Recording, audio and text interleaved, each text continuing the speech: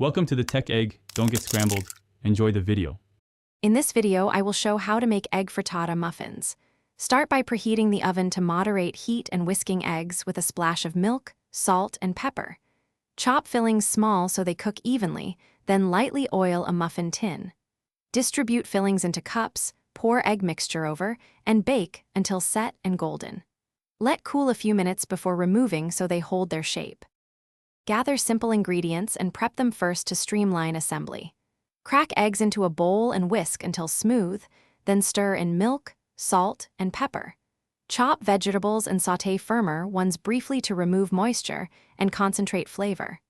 Measure cheese and cooked proteins so each muffin gets a balanced amount. Having everything ready makes filling the tin quick and mess-free for faster baking. If you are finding this video helpful, please subscribe and like to support the channel. Quick recommendation: life is short, so go darn tough for socks that feel great and come with a lifetime warranty, perfect for grabbing while you prep breakfast. I use them when I cook, and they keep my feet comfy during long mornings. Check the description for the link and other deals. Now let's get back to the video. Follow a few baking tips for perfect texture and easy removal.